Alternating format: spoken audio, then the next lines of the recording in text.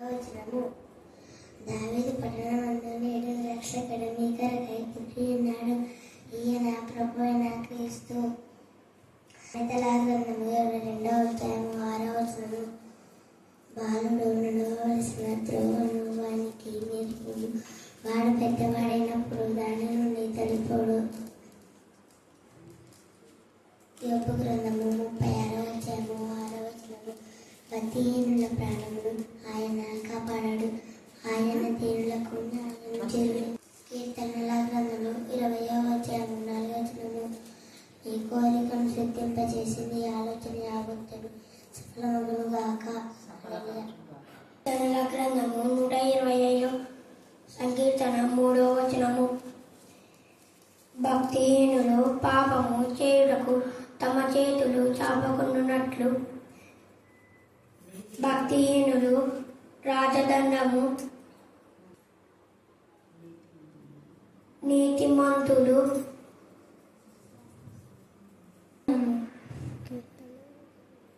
గ్రంథము 115వ సంకీర్తన 1 నుంచి 7 వచనాలు. మాకు కాదు యెహోవా, మాకు కాదు, నీ కృపా సత్యములను బట్టి నీ నామముకే మహిమ కలుగును గాక.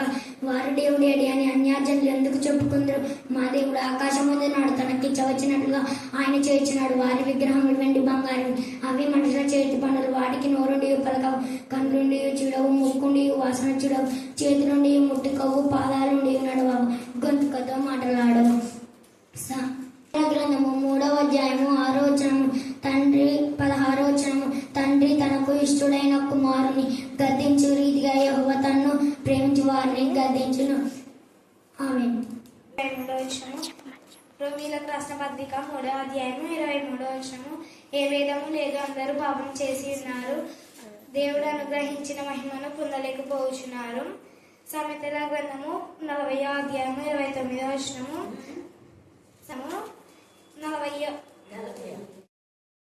7వ అధ్యాయము 13 నుంచి 16 వచనముల లేఖన భాగము చదువుకుందాం. వారికి శ్రమ కలుగును, వారు నన్ను విసర్జించి తప్పిపోయి ఉన్నారు. వారికి నాశనం కలుగును, వారు నా మీద తిరుగుబాటు చేసి ఉన్నారు.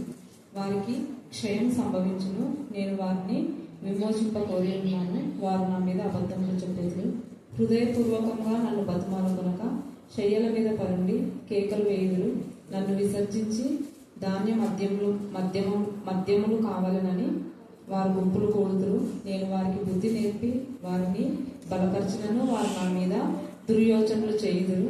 వారు తిరుగుదురు గాని సర్వోన్నతుడైన వాని యొద్దకు తిరగరు. వారు అక్కరకు రాని విల్లువలే ఉన్నారు. వారి అధిపతులు తాము పలికిన గర్భపు మాటలలో చిక్కుపడి కత్తిపాలగుదురు. ఈ లాగున వారు ఐగుప్తు దేశంలో అపహాస్యం నొందుదురు.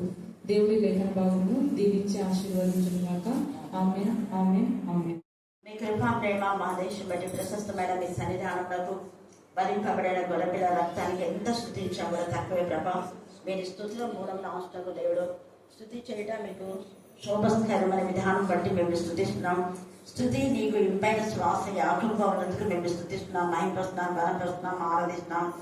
ఆరాధనకు పాత్రలు, స్తుతికి యోగ్యులు దేవా. నా ప్రభా, భూమి ఆకాశం సృజించిన దేవుడు, ఆకాశం మహాకాశం మేము పట్టజాలు. అలాంటి మిమ్మల్ని దేవా మేము ఆరాధిస్తున్నప్పుడు ఎంతో భయంతో భక్తితో వణుకుతో దేవా నేను మీ సన్నిధిలో మేము ఉండటానికి మీ కృపా సాంతాజ్యం ప్రార్థిస్తున్నాం.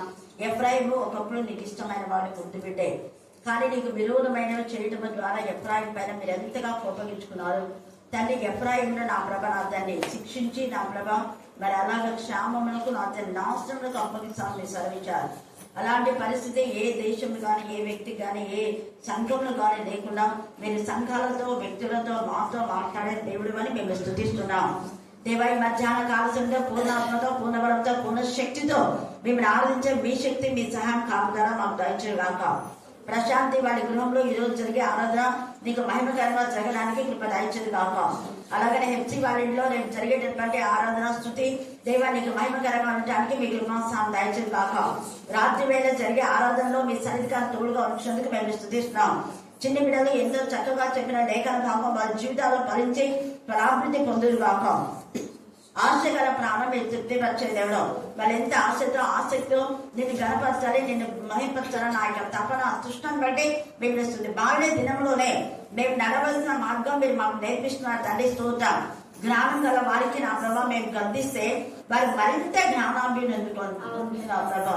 బుద్ధిహీనులను గర్దిస్తే నా ప్రభా వారు గర్దించే వారిపైన నా ప్రభా నేరాపురం చేసేవారుగా ఉంటారు.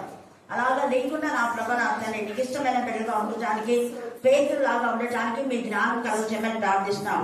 ఇస్కరియోతు యూదాను ఎన్నిసార్లు మీరు గద్దిస్తే గద్దింపనకు లోపలగా అన్యులతో చేరిపోయి నా ప్రభా తన జీవితాన్ని నాశనం చేసుకున్నాడు. ఎప్పుడైనా అన్యులతో ఎవరు కలుస్తారో నా తల్లి వారు వారి హృదయపూర్వకంగా వాళ్ళు దేవుని దగ్గరికి తిరగరు, లేకపోతే దేవుని వైపు తిరగరు, లేకపోతే దేవుని ఆరాధించరు, దేవుని స్తుతించరు, దేవుని మహిమపరచరు, దేవుని గణపరచరు. ఇవన్నీ కూడా హృదయపూర్వకంగా నన్ను బతిమాలుకున్నారు. చెప్పండి ఏంటి? మళ్ళీ చెప్పారా? మళ్ళీ చెప్పారా? అంటే హృదయ పూర్తిగా మనం ఎప్పుడైతే దేవుని బతిమాలుకుంటామో అప్పుడు అనేకమైనటువంటి మేలు దేవుడు మనకు కలుగు చేస్తాడు. ఈ ఎఫ్రాయిము ఒకప్పుడు దేవుడే ఏమన్నంటే ఎఫ్రాయిము నా కుమారుడు కాదా, నా యొక్క మరి ముద్దు బిడ్డ కాదా అంటాడు. ఎవరి గురించి? ఎఫ్రాయిం గురించి. ఎఫ్రాయిము దేవునికి ముద్దు బిడ్డ, దేవునికి ఇష్టమైన వాడు. ఎన్నిసార్లు ఎఫ్రాయిం దేవుడు ప్రశంసించాడు.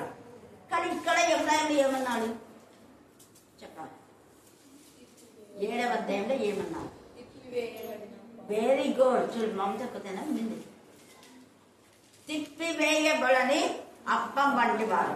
అయితే ఇంకా చాలా ఎందుకు ఆయన తిప్పివేయబడని అప్పం వంటి వాడు అంటే పనికిరానుడు. తనకు తానుగా పనికిరాడు, వేరే వాళ్ళు కూడా పనికిరాడు. అలాంటి లైఫ్ మనకు ఉండదు. కనీసము వేరే వాళ్ళకు ఉపయోగపడకపోయినా తనకు తానుగా ఉపయోగపడే జీవితం కూడా లేదు. తిప్పివేయబడని అప్పం వంటి వాడంటే మామూలు పేనాడు. పేనం పైన అప్పం వేస్తే అది తిప్పడానికి ఎప్పుడు రాకుండా ఉంటుంది? పెనాన్ని కచ్చుకపోయినప్పుడు కదా. కచ్చుకపోయినప్పుడు దోశ కానీ ఇవన్నీ కచ్చుకపోతుంటాయి. తిప్పి వేయడానికి అవకాశం ఉండదు. అలాంటి వాళ్ళ నీళ్ళు పోసి మళ్ళా మనం ఎండబెడతాం. అలాగా తిప్పి వేయబడనే అప్పం వంటి వాళ్ళు కావడానికి కారణం ఏంటంటే దేవునికి విరోధులైన వాళ్ళతో సహవాసం చేశాడు. 1:8 వచనం చదవండి. ఎఫ్రాయిము అన్ని జనులతో కలిసిపోయాడు. ఒకటైంది ఎఫ్రాయిం ఏం చేసినాడు? మళ్ళీ చెప్పాలా? అన్ని జనులతో అంటే వాళ్ళు హిందువులనే కాదు, దేవునికి విరోధంగా దేవునికి దూరంగా ఉన్నటువంటి, అంటే వాళ్ళు మందిరానికి వస్తారు, వాక్యం చెప్తారు, ప్రార్థన చేస్తారు, పాడతారు, కానీ వాళ్ళ హృదయం దేవునికి దూరంగా ఉంటుంది, దేవునికి సమీపంగా ఉండదు. అన్ని శరీరాశ నేతాశ జీవ బ్రహ్మలన్నీ నింపుకొని దేవుని మందిరానికి వచ్చి పాడండి, స్తుతించండి, గంతులు వేయండి, అదంతా పై వేషధారణ. హృదయపూర్తిగా దేవుని దగ్గరికి వచ్చిన వాళ్ళు కాదు, వాళ్ళు కూడా అన్యుడే. అన్యులు దేవుని ఎరక్క దేవుని అవమానపరిచే వాళ్ళు అదొక గుబ్బు. దేవుని బిడ్డలమని చెప్పుకొని రక్షణ పొందామని చెప్పుకొని మరి ఏసే రక్తంలో కడగబడినామని చెప్పుకొని నీటి బాప్తిని తీసుకొని దేవునికి దూరంగా ఉన్నటువంటి వాళ్ళు కూడా అన్యులే. అలాంటి అన్యుల గురించి అన్యులు ఏలా అల్లరి చేయుచున్నాడు అని అపోస్తల కార్యంలో మనం చూసాం. ఆ అన్యులు ఎవరి గురించి చెప్పారు అంటే ప్రధాన యాజకులు, అధిపతులు, శాస్త్రులు, పరిచయులు, సద్దుకాయలు, వీళ్ళంతా. వాళ్ళంతా యూదులు అంటున్నారు కానీ వాళ్ళు యూదులు కాదు. ప్రకటనలో చెప్పినట్టుగా యూదులు కాని వాళ్ళంతా కూడా యేసయ్యకు ఎవరు? వాళ్ళు అన్యులు. అలాగా అన్యులు అంటే కేవలము హైందవులనే కాదు, ఇక్కడ దేవుని ఆరాధించవలసినంతగా ఆరాధించని వాళ్ళంతా కూడా అన్యులే. ఇలాగా దేవునికి ఎవరైతే అంటే లోకస్తులు అని చెప్పాలనుకుంటే చేతిపడి మాంత్రిక శుద్ధ శక్తులు తగిలిపోతారు. వాక్యం చదివి వాక్యం చెప్పిన వాళ్ళే చేయి చూపించుకుంటారు. చిలక పంచాంగం అక్కడ పోయి నక్షత్ర జాగ్రత్త తగిలిపోతారు. నాకు చెప్పినారు, వాక్యం చెప్పే వాళ్ళనే మమ్మల్ని పిలిచినారు, మేము పోలేదని చెప్పారు. మన వాళ్ళే మమ్మల్ని కూడా పిలిచినారు, మీరు కూడా రండి, మేము పోతున్నాము. వాళ్ళు మళ్ళా హేమహేమే చూడండి. ఇట్లాంటి వాళ్ళు మళ్ళీ సంఘంలో పెత్తనాలు చేస్తుంటారు. అదంతా దేవునికి తెలుసు. ఇప్పుడు ఈ రోజు వాళ్ళు ఎవరికి తెలియకుండా మేము పోతుండే అనుకోవచ్చు. ఇంకో చెప్పాలనుకుంటే 90% అన్యులను అడిగే డేట్ ఫిక్స్ చేస్తున్నారు మనలు. దైవజనులు అడిగి ఫిక్స్ చేస్తున్నారా? కొందరు మాత్రమే. హైమావతి లాంటి వాళ్ళు ఆత్మీయంగా ఉన్నవాళ్ళు, ఇంకా కొంతమంది దేవునికి తీసుకొస్తారు. అక్క కూడా ఎమ్మెల్యే మాకు అంత దైవికంగా దేవుని సన్నిధిలో పెట్టి డేట్ ఫిక్స్ చేసుకుంటారు. ప్రతిదీ పిల్లలు పోవడం రావడం అన్నీ కూడా మూఢ నమ్మకాల ప్రకారం ఈరోజు బేస్ ద్వారా బాగుంటుందంటే ఆడపిల్లని అప్పులో పంపిస్తారు. బొడి బియ్యాలు ఇవన్నీ కూడా లోకాచారం చేయకూడదు దేవుడి పిల్లలు.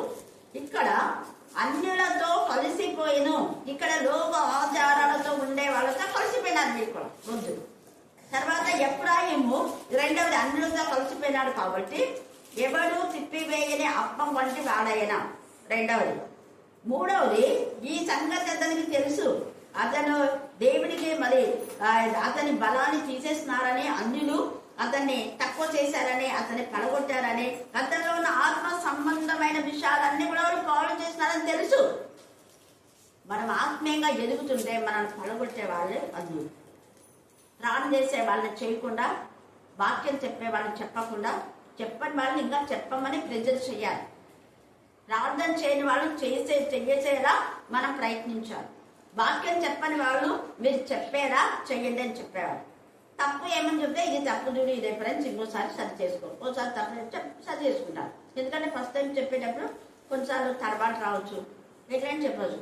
కానీ దేవునికి స్తోత్రం, మన వాళ్ళు ఫస్ట్ టైం అయినా చక్కగా ఉన్నది, నేను ఒకటే కలిపి చెప్పేది వద్దు, ఉన్నది ఉన్నట్టుగా వాక్యం తీసుకొని ఉన్నది ఉన్నట్టుగా మన దగ్గర ఇంతవరకు వాక్యం చెప్పిన వాళ్ళంతా చెప్పారు.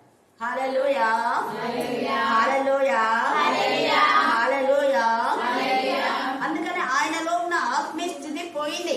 అందుకే బలము వాళ్ళు అన్యులతో సహవాసం చేయడం ద్వారా ఆయనలో ఉన్న ఆత్మ సంబంధమైన తలందరూ ఆత్మీయంగా ఎదగకుండా వాళ్ళు తీసేశారు. ఎంత బాగా చెప్తున్నారు చూడండి. దేవునితో కలిసే వాళ్ళు దేవుని పిల్లలు ఎదగాలని ప్రయత్నిస్తారు. వాళ్ళు మనల్ని ఏమనుకున్నా వాళ్ళకి సరైన విధానంలో బోధ చేయాలని ఇష్టపడతారు. తర్వాత మూడోదిగా ఇతను ఏం చేస్తున్నాడు అంటే దేవుని మీద తిరుగుబాటు చేస్తున్నాడు. చూడండి, అతని యొక్క అతిశయాస్పదం అతని మీద సాక్ష్యం పలుకును. ఇదంతా జరిగినను వారు తమ దేవుడైన యెహోవా యొద్దకు తిరగక ఉన్నారు, ఆయనను వెదక్క ఉన్నారు, తిరక్క ఉన్నారు, హృదయపూర్తిగా రావటం లేదు. దేవుని వైపు మేము రావాలి అని లేదు, అన్నిలో సగం ఉండి దేవుని దగ్గరికి వస్తున్నారు, దేవుని దగ్గరికి రావడం లేదు అని కాదు, సగం దేవుడు సగంలో. అందుకని హృదయపూర్తిగా మన దేవుని వైపు తిరగక ఉన్నారు, ఆయనను వెదకక ఉన్నారు. తర్వాత ఇంకా వెదకే దాని గురించి మనం చూసేది చాలా పెద్ద మెసేజ్ ఇది. వెదకడము అంటే చాలాసార్లు నాణ్యం పోగొట్టుకున్నటువంటి స్త్రీ వెతికింది. ఎక్కడ వెతికింది? నాణ్యం పోగొట్టుకున్న స్త్రీ వెతికింది. ఎక్కడ వెతికింది? ఎలా వెతికింది? చీకటిలో వెలుగు వెలిగించుకొని వెతికింది. తర్వాత ఎక్కడ పోగొట్టుకుందో అక్కడ వెతికింది. ఇంట్లో పోగొట్టుకుందని తన కాన్ఫిడెన్స్ గా తెలుసు. ఏదైనా అది నాణ్యం అనే మాట ఏంటంటే అప్పుడున్నటువంటి వాళ్ళంతా జస్ట్ లైక్ లంబాడీస్ లాగా ఉంటారు. లంబాడీ చాలా మంది ఈ జడలకి అంతా పెట్టుకుంటారు. అప్పుడులో గోల్డ్ నాణ్యాలు ఇట్లా ఉంటాయి, డిజైన్ అంతా ఉండి చిన్న రంధ్రం ఉంటుంది. ఆ రంధ్రంలోకి వెంట్రుకలు చూసి జడ, మళ్ళీ వెంట్రుకలు ఇంకోటి, ఇట్లా ఇక్కడ 5 ఇక్కడ 5 10 నాణ్యాలు ఉంటాయి. ఆమె మళ్ళీ జడ వేసుకునేటప్పుడు ఆ నాణ్యాలన్నీ తీసుకుంటుంటే ఒకటి పోయింది, 9 ఉన్నాయి. ఒకటి పోతే పోయిందిలే అనుకుందామా? మనం చాలా మంది పోతే పోయిందిలే. నేను చెప్పేటప్పుడు ఎందుకు మీ ఆత్మీయ స్థితిలో మీరు పడుతున్నా అంటే ఫోన్లేక ఎంత నిర్లక్ష్యంగా మాట్లాడతారు వీళ్ళు అనుకుంటాను.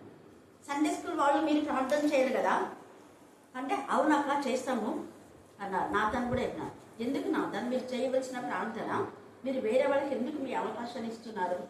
మీరు సంఘంలో ఎదగాలని లేదా అంటే అవ్వకాది మాట్లాడాలనుకున్నామని చెప్పబట్టి 6 నెలలు అయింది. 6 నెలల నుంచి చెప్తూనే ఉన్నారు. ఫోన్ చేసినప్పుడు అవ్వక మాట్లాడాలండి, మేమే చేస్తాము, అది తీసుకుంటాం ఇది తీసుకుంటాం. కానీ ఎక్కడ చేస్తున్నాము? నీ యొక్క ఆత్మీయ స్థితిని కుంటుపరిచే విధానంలో చేస్తున్నారు. ఎక్కడ పోగొట్టుకున్నావో అక్కడ ఆమె పోయిందిలే ఒక నాణ్యమని ఊరుకోలేదా? మనకు దేవుడు ఇచ్చాడు తలవంతులు, ఏది పోగొట్టుకోకూడదు. ఏది పోగొట్టుకోకుండా ఉండడం కోసమే దేవుడు మనల్ని పిలిచాడు. ఏ ఒక్కడే పోగొట్టుకోకూడదు. పోనీలే అనే ఆలోచన నీకుందంటే నువ్వు దేవుని హృదయపూర్తిగా ప్రేమించినట్టు, హృదయపూర్తిగా దేవుడి వైపు తిరిగినట్టు. హృదయపూర్తిగా దేవుడి వైపు తిరిగిన వాళ్ళు ఏ ఒక్కడే తలంతు పోగొట్టుకోరు. ఒక్కడైనా అది వాళ్ళకు విలువైంది. ఒక్క తలాంతే కదా అని దాన్ని భూమిలో పాలు పెడితే వాడిని ఏమన్నాడు? యేసయ్య స్వయాన అన్నాడు. ఏమన్నాడు? చెడ్డ దాసుడా అన్నాడా? మంచోడు అన్నాడు? ఈ ఒక్క నాణ్యంతో నాకేం పనిలే అని అనుకోవాలి. చెడ్డ దాసుడా అని నా ఒక్క నాణ్యం నాకు ఇచ్చేసింది కదా, నేను వేరే వాళ్ళకి ఇస్తా అండి నువ్వెందుకు భూమిలో పాలు పెట్టావు? పోనీ సావుకోళ్ళ దగ్గరన్నా పెట్టావా? వడ్డీతో సహా నేను తీసుకునేదాన్ని. సావుకోళ్ళ దగ్గర వడ్డీ అంటే వాళ్ళు వ్యాపారం చేస్తారు. ఎవరైనా తీసుకుంటే దాంతో వ్యాపారం చేసి సంపాదిస్తారు. 31 సామెతల్లో ఆమె తాను కూడా పెట్టిన ధనం పెట్టి ద్రాక్ష తోట నాటించి మంచిగా డబ్బు సంపాదించిన. ఇల్లు కొనడమో, ద్రాక్ష తోటనో, లేదా గోల్డ్ కాయిన్స్ కొనడమో, చాలా మంది వాళ్ళ ఒక ప్లేస్ కొనడమో. ఒక దైవచనుడు చెప్పాడు, 50,000 ఆయనకు వస్తే అయ్యగారు 50,000 వచ్చింది, ఈ 50,000తో ఏందో చేయాలని ఏమో అడుగుతాడు. అడిగితే వద్దు అలా చేయొద్దు, స్కూటర్ కొంటారా అంటే వద్దు, స్కూటర్ ఇప్పుడే వద్దు, నీకు స్కూటర్ అంత అవసరం లేదు, పోయి 50,000కు ప్లేస్ కొను అన్నా అంట 20 సంవత్సరాల క్రితం. సరే అంటే అదే శంషాబాద్ దగ్గర జరిగిన విషయమే ఇది. ఒక మంచి స్పీకర్ చెప్పాడు, నాకు సెండ్ చేసింది, నేను విన్నాను. ఆ 50,000కు అక్కడ ప్లేస్ కొంటే అది 2 ఏళ్లకు పెరిగిపోయింది, 4 ఏళ్లకు 8 లక్షలు అయిపోయింది, ఇప్పుడు 70 లక్షలు అంటారు. అతను పెట్టిన పెట్టుబడి ఎంత? 50,000. అదే అన్నా అంట, పోయి షావుకారుల కన్నా ఇవ్వు, వాళ్ళతో ఇంట్రెస్ట్ వస్తుంది, దాంట్లోనన్నా నువ్వు ఏమైనా చేసుకోలేదంటే అక్కడ ఏదైనా కొను అని చెప్పాడంట. చూసారా? ఎందుకు నేను ఈ మాట చెప్తున్నా అంటే, ఊరికే మూలం పెట్టుకోవడానికి కాదు, వేరే వాళ్ళకి ఇస్తే అది ఉపయోగం వస్తుంది. ఈమె పోతే పోయింది అనుకోలేదు, వెంటనే వెలుగులో దీపం అంటించింది, వెలుగులో మళ్ళీ ఏం చేశారా? మూడ్చింది. మూడ్చడం అనే దాంట్లో చాలా ఇన్నర్ మీనింగ్ ఉంది. మన యొక్క హృదయ అట్టడి భాగంలో లోపాలు ఏమేమిన్నా అన్ని మూడ్చి పడేయాలి. లోపాలు అన్నీ అణచివేసుకోవడం కాదు, మన లోపాలు వాక్యం ద్వారా తెలియబడినప్పుడు సరి చేసుకోగలని మన లోపాలు ఎత్తి పెట్టాడని మూతి మార్చుకొని మళ్ళీ అలిగి ఇంకేమేమో చేసి చేయకూడదు. బట్టలు చింపుకొని, పిల్లలైతే తల గోడ కొట్టుకొని కదా, కొంచెం జరిగిన వెంటనే గట్టి దించేసుకొని, లేకపోతే బట్టలు తీసి అట్ట పడేసి అమ్మ ముందు నాయన ముందు ప్లేట్లన్నీ చెరుతేసి ఈ అన్నం అప్పో ఎప్పుడు అన్నం పప్పేనా అంటుంటారు కదా పిల్లలు. ఇవన్నీ చేయకూడదు. దేవుడు ఏది ఇస్తే దాన్ని బట్టి దేవుడు ఇచ్చిన అవకాశాలు మిస్యూజ్ చేయకూడదు. హల్లెలూయా, హల్లెలూయా. ఈ యొక్క ఎఫ్రాయిము అన్యులతో కలిసిపోయినాడు, దేవుడి దగ్గర ఉన్న ప్రేమను పోగొట్టుకున్నాడు, అంజులు అతని బలాన్ని మృంగివేశాడు. ఆ తర్వాత దేవుని వెతకడం మానేశాడు. తర్వాత ఏం చేస్తున్నాడు అంటే ఇంకా బుద్ధి లేని వాడైనా. 11వ వచనం చదవండి. అది ఎవరైతే దేవుని వెతకడం వాళ్ళు బుద్ధి లేని వాడు. కీర్తనకారుడు 53:1వ వచనం చదవండి. 53వ కీర్తన. బుద్ధి లేని వారు ఎవరు అన్నది మనకు అర్థమైపోతుంది. దేవుడు లేడని బుద్ధిహీనులు తమ హృదయంలో అనుకొందరు. అది వాళ్ళు ఏం చేస్తారంట? బుద్ధి లేనుడు చెడు కార్యములు, వాడు చెడిపోయిన వాడు చెడు కార్యాలు చేస్తాడు. చెడిపోయిన వాడు మంచి కార్యాలు చేస్తాడు. ఎక్కడన్నా ఏం చేస్తాడు? చెడిపోయినాడు చెడు కార్యాలే కీడు చేస్తాడు. వాడు బుద్ధి లేని వాడు. ఎప్పుడే కానీ బుద్ధి లేని వాళ్ళ క్యారెక్టర్ ఇది. బుద్ధి లేని వాడు దేవుడు చూడలే, దేవుడు లేడు అనుకొని వాడు లోపల కుయుక్తిగా ఎన్ని నానాక చండాలమైన పనులు చేసేవాడు బుద్ధి లేనివాడు.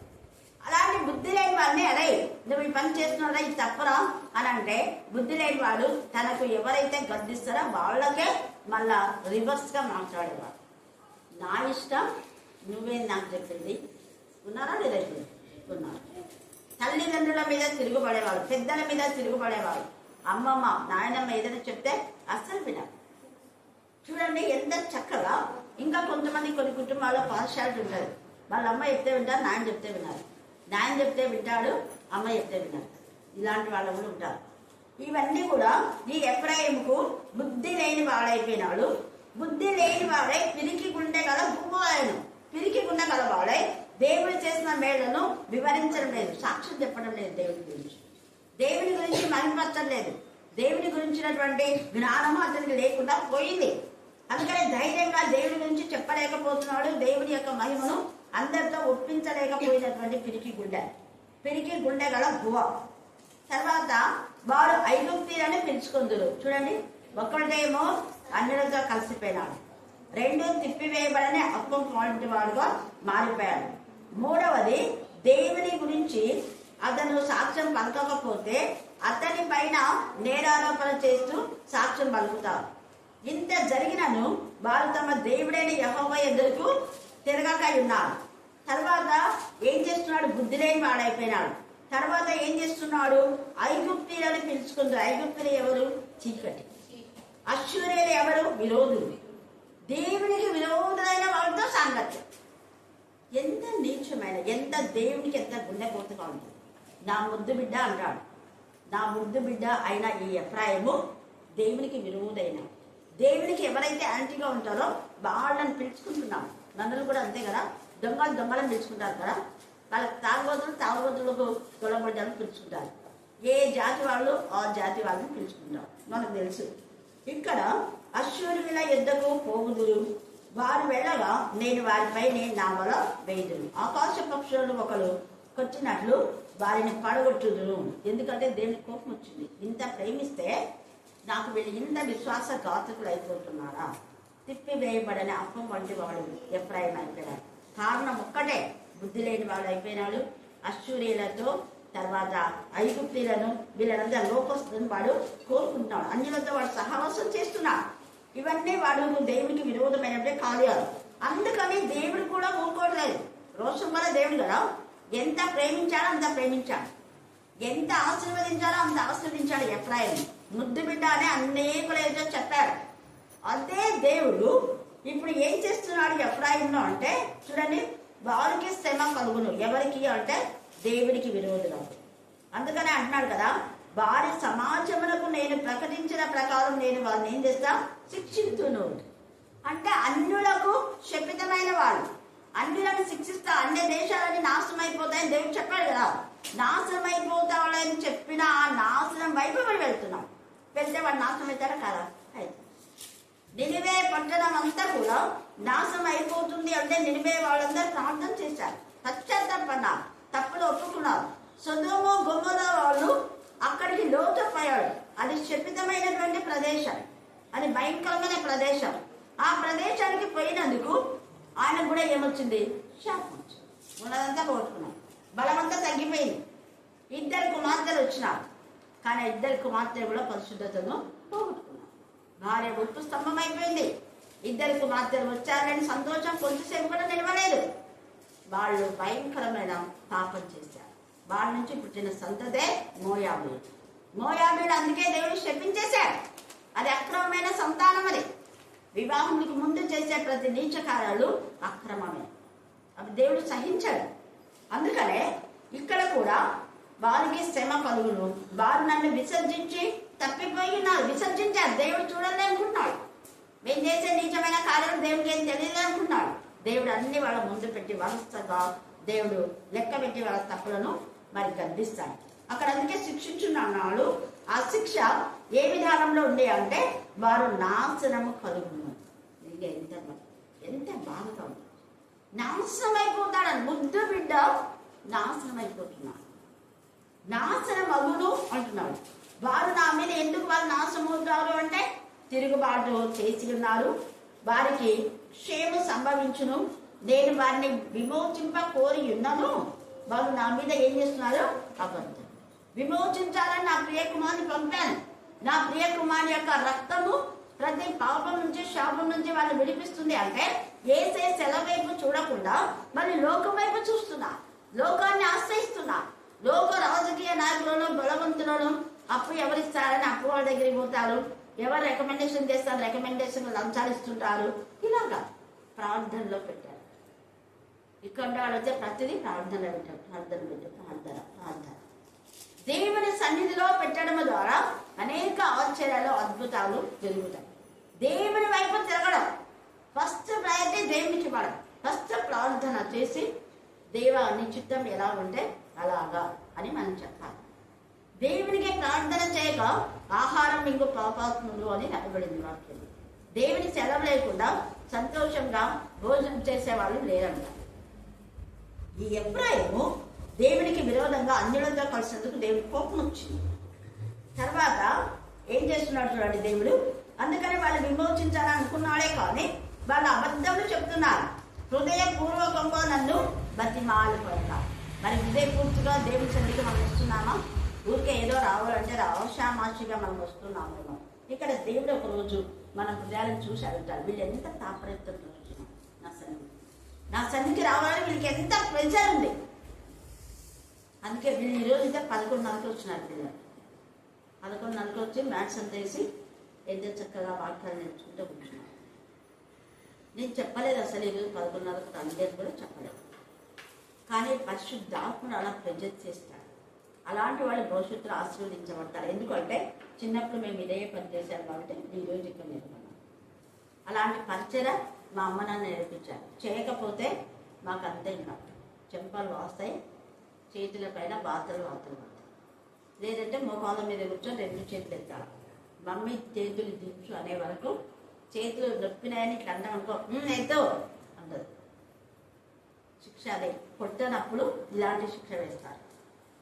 ఆ శిక్షలు ఉన్నందుకే ఇప్పుడు బాగున్నాం. ఇప్పుడు మన పిల్లలు ముద్దుగా పెంచుతుంటే రేపు వాడు బిడ్డ దగ్గరికి నరకాలి. ముద్దు బిడ్డ అభిప్రాయం ఎట్లయిపోయినాడు. దేవుడికి ముద్దు బిడ్డ కదా అని కొంచెం గర్వించినాడు. ఆ గర్వం అహంకారం అతను ఏం చేసి నాశనం చేసే వరకు తెచ్చింది. అందుకనే ఆయన విమోచించాలనుకున్నాడు. కానీ వాడు హృదయపూర్తిగా బతిమాలు కొనక శయ్యల మీద పరుండి, ఇది అండర్లైన్ చేసుకోండి, వీళ్ళ ప్రార్థనలు శయ్యల మీద పరుండి కేకలు వేస్తున్నారంట. అది ఇందాకనే కదా నేను చెప్పింది ప్రార్థన ఎలా చేయాలని. ఇక్కడ వాళ్ళు పరుండి ప్రార్థన చేసేటప్పుడు కూడా ఉన్నారు. చెయ్యకూడదని కాదు, ఎప్పుడు చేయాలో పరుండి మనకు చేత కన్నా బెడ్ రీడర్ అయినప్పుడు దేవుడు చూస్తారా. యేసయ్య ఎక్కడ పడుకొని ప్రార్థన చేసినట్లేదు, ఉందా ఎక్కడైనా? లేదు. మోకాళ్ళ పైన సాగిల పడి వీళ్ళకి చిన్నప్పుడు చేపిస్తుంటే మమతా అంకిత ఉంటుంది కదా, పైన సాగిల పడి చేపిస్తున్నాం. సంతోషమ్మ, అజిత, ఇంకా అప్పుడు ఎంతమంది వచ్చితే వాళ్ళంతా సాగిల పడి. అందుకని ఇక్కడ పరిశుద్ధాత్మ దేవుడు మనతో మాట హృదయపూర్తిగా ఎంతసేపు హృదయపూర్తిగా ఆయన వైపు మనం తిరుగుతామో అంత ఇష్టం అంట దేవునికి. వీళ్ళైతే హృదయపూర్తిగా దేవుని వైపు కాకుండా శయ్యల మీద పరుండి కేకల వేయుదురు, నన్ను విసర్జించి ధాన్య మద్యంలో కావాలని వారి గుంపులు కూడదు. ఇప్పుడు ఉండేది అదే ధాన్య మద్యము. వాళ్ళు ఇప్పుడు ఉండే వాళ్ళు ఎక్కడ తినేది వస్తే అక్కడ గుంపులు పోతారు. ఇక్కడ రోజు భోజనాలు ఉన్నాయని మనం చెప్పినాం అనుకో, మొత్తం అక్కడ ఇక్కడ అంతా పడతారు, మెట్ల నుంచి కూడా కూర్చుంటారు. కానీ మనకి ఎప్పుడు భోజనం పెట్టేది తెలీదు, ఎప్పుడు ఏమి ఇచ్చేది కూడా తెలియదు. అంటే ఇప్పుడు వచ్చే వాళ్ళంతా హృదయపూర్తిగా వాక్యం వినాలని చూస్తున్నారు. హల్లెలూయా, హల్లెలూయా, హల్లెలూయా. తిండి కోసం పోయే వాళ్ళకు ఇక్కడ ఏం జరిగిందో అదే జరుగుతుంది. చాలా సంఘాల్లో నాతో అంటున్నారు, అక్క మేము ఎక్కువ భోజనాలకు సమయం ఇవ్వము, ఎక్కువ వాక్యం పంచిపెడతామంటే పక్కన ఒకడు వచ్చి భోజనాలు పెట్టి ప్రజలంతా అట్లా ఆపట్టుకుంటున్నారంటే దేవుడి దగ్గర తీర్పు దినమందు లెక్క ఉంటుంది అని చెప్పినారు. కేవలం భోజనం కోసం పోతున్నారు అక్కడ. అంటే ఇక్కడ చిన్నప్పటి నుంచి ఆత్మీయంగా ఎదిగి ఈ మధ్య నాకు కాల్ చేసి చెప్పారు, ఆత్మీయంగా ఎదిగి వాళ్ళ పిల్లలకు కూడా అక్కడ పెళ్ళిళ్ళు అయినాయి. ఆత్మీయంగా ఎదిగినటువంటి వాళ్ళే మళ్ళా పక్కన ఒకరు భోజనాలు పెడుతుంటే అక్కడికి వెళ్తున్నారు. ఎంత గుళ్ళకోత వెళ్తుంది ఆ పాపకి, ఆ ఇంటి వాళ్ళకు. మా చెల్లి కూడా చెప్పింది, అక్క కొంతమంది ఇలాగ చేస్తున్నారు అక్కడ. నేను కూడా బాధపడ్డాను. చిన్నప్పటి నుంచి వాళ్ళ మన్మరాళ్ళు కూడా సంఘంలో ఎదిగినటువంటి వాళ్ళే. వాళ్ళ ఇంటి భోజనానికి అక్కడికి వెళ్తున్నారా? నేను చెప్పాను కూడా వాళ్ళకు, అక్క ఉండేంటే మేము బాగా గర్జించేది అని చెప్పింది నా చెల్లి. ఎందుకంటే అస్సలు నేను నోచుకోలేదు, పోనీలే అనే మనస్తత్వమే లేదు నాకు. వెంటనే ముఖానే మాట్లాడతారు. చిన్నప్పుడు ఎక్కడ ఎదిగినారు మీరు, ఎక్కడికి వెళ్తున్నారు? తీర్పు దినమందు దేవుడు అడుగుతాడు. అందుకని ఇక్కడ హృదయపూర్తిగా వాళ్ళు రారు. నేను వారిని బుద్ధి నేర్పి వారిని బలపరిచినారు. వారు ఏం చేస్తున్నారు? నా మీద దుర్యోచనలు, ఇలా కాదని బుద్ధి చెప్తున్నారు. బుద్ధి నేర్పినా వాళ్ళు నేర్చుకుంటున్నారా? నేర్చుకోవాలి. బుద్ధి నేర్పించిన వాళ్ళపైన చదవడం, గురవడం, ఇంకా ఏం చేయాలో అన్నీ చేస్తుంటారు. దుర్యోచనలు యోచించుతున్నారు. వారు తిరుగుదురు కానీ సర్వోన్నతమైన వారి ఎద్దుకు తిరగరు.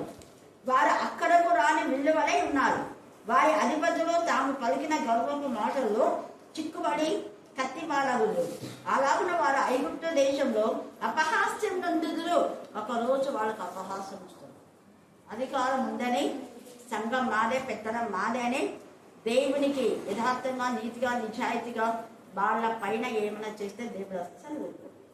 తప్పు ఉంటే తప్పు కట్టించాలి. ఈ దోషి అన్నా తప్పే, తప్పు చేసిన వాడిని నీతిమంతుడు అన్నా తప్పే, రెండు తప్పే. దోషిని దోషి అనాలా, నిర్దోషే అనాలి. అదే దేవుడికి ఇష్టమైన బలియాగం. కాబట్టి ఈ సమయం ముందు హృదయపూర్తిగా, అందుకే యోవేలు 2:12 చదవండి. యోవేలు 2:12. ఎప్పుడైనాను ఎప్పుడంతా మళ్ళీ ఎప్పుడైనా అంటే ఇంతవరకు ఏం జరిగిందో డజంట్ మ్యాటర్. కనీసం ఎప్పుడైనా మీ బతుకులు మార్చుకోండి.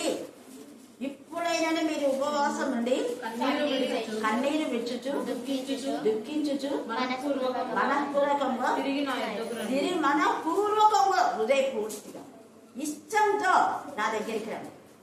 అలాగ వస్తే ఇంకా మీరు అదంతా చదువుతుంటే మీ గొంగలు పురుగులు తినివేసిన పంట నీకు మళ్ళీ ఇస్తా. అంటే నీకు వేస్ట్ అయిపోయింది కదా, సంవత్సరం వేస్ట్ అయి ఉండొచ్చు, నెల జీతం వేస్ట్ అయి ఉండొచ్చు, పంట వేస్ట్ అయి ఉండొచ్చు. చదువుకున్న విద్యార్థులకు ఏది వేస్ట్ అయినా ఆ వేస్టేజ్ని నేను తీసేస్తాను. ఎప్పుడు విధేయతగా దేవుడి వైపు తిరిగితే. విధేయత లేకపోతే పసరి పురుగులు, గొంగల పురుగులు వచ్చి మొత్తం తినిపడతాయి, వేస్ట్ అయిపోతుంది. చదివిన వాళ్ళు చాలా మంది 5 ఏళ్ళు 6 ఏళ్ళు అలాగనే టైం వేస్ట్ అవుతుంటారు. అవునా, 10 ఉద్యోగాలు వేస్ట్. కానీ జ్ఞానవంతులైతే ఏదో ఒక ఉద్యోగం తీసుకుంటాం, డబ్బు వైపు చూసుకోవాలి. మనీ చెప్పింది 1 సంవత్సరం క్లియర్ చేసినాను అని. 1 సంవత్సరం జీతం ఇవ్వమంటే 1 సంవత్సరం జీతం అబ్బా ఏం చేయాలనుకుంటాం. ఇవన్నీ కొని మనం కష్టపడితే దేవుడు ఆ రోజు తను ఓర్చుకుంది కాబట్టి ఈరోజు ఇదే పోస్టుకు ఎన్ని తండాలు పడుతున్నారు, ఎన్ని తండాలు, ఎంతమంది మీద మళ్ళా చాడీలు చెప్పడం, వాళ్ళకి ఇచ్చినారు వీళ్ళకి ఇచ్చినారు, ఏడవ రకరకాలు జరుగుతుంది. అదే ఆమె తీసుకునేటప్పుడు కొంతమంది 10 వచ్చిందో అదెందుకులే, అదిలే ఇదిలే, ఇంటర్ చదివినా ఇదెందుకులే అదెందుకులే అని ఎచ్చులు పడతారు. తర్వాత కావాలనుకుంటే దొరుకుతుంది. తగ్గించుకొని పోయే వాళ్లకు దేవుడు అద్భుత కార్యం చేస్తాడు. కాబట్టి ఈ సమయం ముందు హృదయపూర్తిగా మనం దేవుడి సన్నిధికి వస్తే మనం పోగొట్టుకున్న నష్టాన్నంతా తిరిగి దేవుడు మనకు ఇస్తాడు. ఎఫ్రాయిము ఇప్పుడు ఆ నష్టం ఇచ్చే విధానంలో కూడా లేడు. తిప్పివేయబడిన అప్పం, పశ్చాత్తాపం అనేది లేదు. అంటే దీని అర్థం ఏంటంటే మనము మరణించే లోపలనే పశ్చాత్తాపడ, అంటే అది మాడిపోకముందే దాన్ని ఏం చేయాలి, తీసేసారు. మాడిపోయిన తర్వాత పనికిరాదు. ప్రాణం ఉండంగానే పశ్చాత్తాపడాలి, ప్రాణం ఉండగానే బతుకు సర్దిద్దుకోవాలి, ప్రాణం ఉండగానే బుద్ధి గల వారుగా ప్రవర్తించాలి, ప్రాణం ఉండగానే లోకం నుంచి వేరైపోవాలి, ప్రత్యేకంగా ఉండాలి. మనం హృదయపూర్తిగా దేవుని ఆరాధించి మహిమపరిచి ఆయన గణపరిస్తే ఖచ్చితంగా దేవుడు కూడా మనకు మేలు చేస్తాడు. మన యొక్క ఉద్యోగం, మన చదువులు, మన పనులు ఎంత ఆసక్తి ఉంటుందో అంతకంటే ఎక్కువ నువ్వు దేవుని పట్ల ఆసక్తి చూపించినా అంటే ఎంతగా ప్రేమిస్తాడో అంత ప్రేమిస్తాడు. ఈ యొక్క ఎప్పుడేమో అన్యులతో కలిసి నిర్లక్ష్యం పెట్టాడు, విసర్జించాడు. అందుకనే బుద్ధి లేనాడు వాళ్ళు అయిపోయారు. తిప్పివేయబడిన అప్పం. ఇప్పుడు చనిపోయిన తర్వాత దేవా దేవా దేవా అంటే మళ్ళీ పరలోకం చేస్తారా మనం రాదు. నరకంలో ఒకడు ఏమన్నా అంట చెప్పండి, మీకు తెలుసా? లాజరు ధనవంతుడు. ఏమన్నాడు ధనవంతుడు? ఒక్క చుక్క అబ్రహాము తండ్రి, మళ్ళీ తండ్రి అంట, తండ్రి అయిన అబ్రహాం ధనవంతుడు తెలుసు, మనల్ని చెప్పరు. తండ్రి అయిన అబ్రహామా, నీ రొమ్మనున్న లాజరు మా ఇంటి దగ్గరే ఉంటాడు, అప్పుడప్పుడు నేను తిండేస్తుంటానికి, ఇప్పుడు ఒక్క చుక్కనని ఏమని చెప్పు, ఎప్పుడు తిండేదా. నువ్వు బాగా సుఖం అనుభవించావు, ఏదో నీ బల మీద పడింది తిన్నావు, ఇప్పుడు ఆయన సంతోషంగా ఉన్నాడు. అలాగనా? అయితే నేను పోయి మళ్ళీ ఎంత స్వార్థం చూడండి, వాడికి అక్కడ కూడా స్వార్థమే, నరకంలో కూడా స్వార్థమే. వాడు అంతవరకు ఎవ్వరికి ఇవ్వకుండా అంతా కూర్చోబెట్టుకున్నాడు. పక్కోడికి పిడిగడు అన్నం పెట్టానంటే పిచ్చినారు. అక్కడ నేను పోయి మా ఎదురు అన్నదమ్ములు ఉన్నారు నాకు, వాళ్ళు చెప్తారంట, వీడు నేను మిగతా చెప్పకుండా అక్కడ మీద కూడా వాళ్ళు స్వార్థం తెచ్చిపోయారు. నరకానికి మీద వానికి బుద్ధి వచ్చిందంటే బుద్ధి రాలే, లూసిఫర్ రాదు. వాడిని నా కింద పడేసినా కూడా వానికి బుద్ధి రాదు. నరకానికి పోయినా మళ్ళీ స్వార్థం, మా ఏదో అన్నదమ్ములు చెప్తారంటే ఏం పర్వాలేదులే, అక్కడ చాలా మంది ఉన్నారంటే వాళ్ళు పోతే వినరు, చచ్చిపోయిన వాడు ఎవరైనా లేచిపోతే చెప్తారంట, మళ్ళీ వీళ్ళు భోజనం చేస్తారు. అబ్రహాం పాపం తెలియదు లేదు. అలాగా అక్కడ వాళ్ళు ఇక్కడికి రాకూడదు, ఇక్కడ వాళ్ళు అక్కడికి పోకూడదు, చెప్పేసరికి నోరు మూసుకుంటాం. కాబట్టి ప్రాణం ఉండే లోపే మనం పశ్చాత్తాపడాలి, శుద్ధి చేసుకోవాలి, దేవునికి ఇష్టంగా ఉండాలి, దేవుని మహిమపరచాలి. దేవుడు ఈ లేఖనంలో దీవించి ఆశీర్వదించుగాక. ఆమేన్, ఆమేన్, ఆమేన్.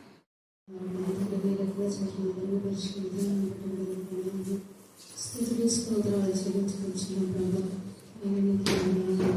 ఈ దినం చూడలేక ఎంతో మంది మంటలు మండలిపోయారు ప్రభా. ప్రేమ చేతులు ప్రతి చేతులు ఆత్మ చేతులు బ్రతికించి నాయన నీ సన్నిధిలో నాయన నీ వాక్యాన్ని తెలుసుకుని మర్మాలు లోతైన మర్మనాలు నా తండ్రి మాకు తెలియజేసిన విధానం బట్టి కూడా నీకు వందనములు స్థుతులు స్తోత్రాలు చెల్లించుకుంటున్నాం ప్రభా. నీకే స్తోత్రం, మీకే స్తోత్రం, మీకే స్తోత్రం, మీకే స్తోత్రం. నాయన ఎఫ్ఐలు నా తండ్రి మరి అన్ని జనుల్లో కలిసిపోయారు ప్రభా. నీకే స్తోత్రం అయ్యా. మరి మా హృదయాలు ఎలా ఉన్నాయో మేము నైనా పరిశీలించుకుంటున్నట్టు సహాయం చేయమని ప్రార్థిస్తున్నాయినా నా తండ్రి. నీ గొప్ప దేవుడు నిజమైన ద్రాక్షలు తీగలు మేము నా తండ్రి నీ అంటు కట్టుటకు సహాయం చేయమని ప్రార్థిస్తున్నాం. దేవునికి స్తోత్రం, మీకే స్తోత్రం, మీకే స్తోత్రం, మీకే స్తోత్రం. మన పెన్నుల మీద వేసిన అతని మాడిపోయేంత వరకు పెట్టుకోకుండా అతని తప్పి వేయవాడిగా సాగు మన మా మనుషులకు చెప్పే భాగ్యం ప్రతి ఒక్క బిడ్డకు దయచేయమని ప్రార్థిస్తున్నాం. దేవునికి స్తోత్రం, నీకే స్తోత్రం, నీకే స్తోత్రం, నీకే స్తోత్రం. నాయన నీకే స్తోత్రం. ఈ దినం నా తండ్రి ఎంతో మంది నాయన నా తండ్రి నైనా చూడలేక నా తండ్రి